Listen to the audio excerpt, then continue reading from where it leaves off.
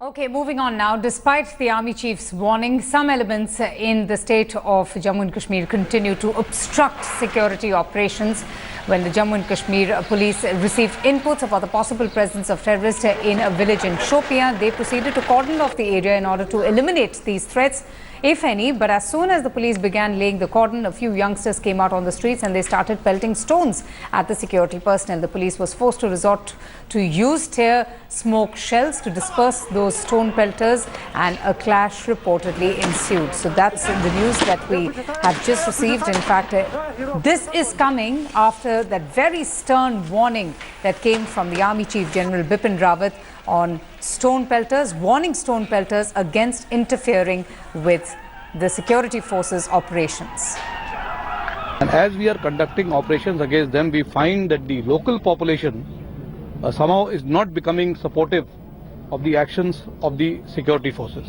That people who have picked up arms, and these are the local boys, if they want to continue with this acts of terrorism, displaying flags of ISIS and Pakistan, then we will treat them as anti-national elements.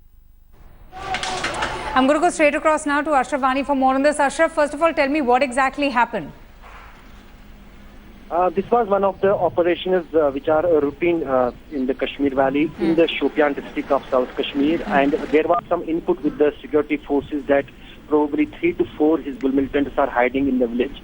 When security forces tried to cordon the area, meanwhile the youths from different villages and surrounding areas assembled near the encounter site, near the cordon site, and pelted stones on the security forces and brought another hurdle for the operation. This is not anything new. We are seeing on daily basis. Just 3 days back, there was a massive operation in Shopian district where a cover was provided to 3 militants of Hizbul Mujahideen who succeeded in flooding from the area. The same situation was created here, and finally the security forces got engaged into bringing the law and order situation into control and provided a cover to the militants.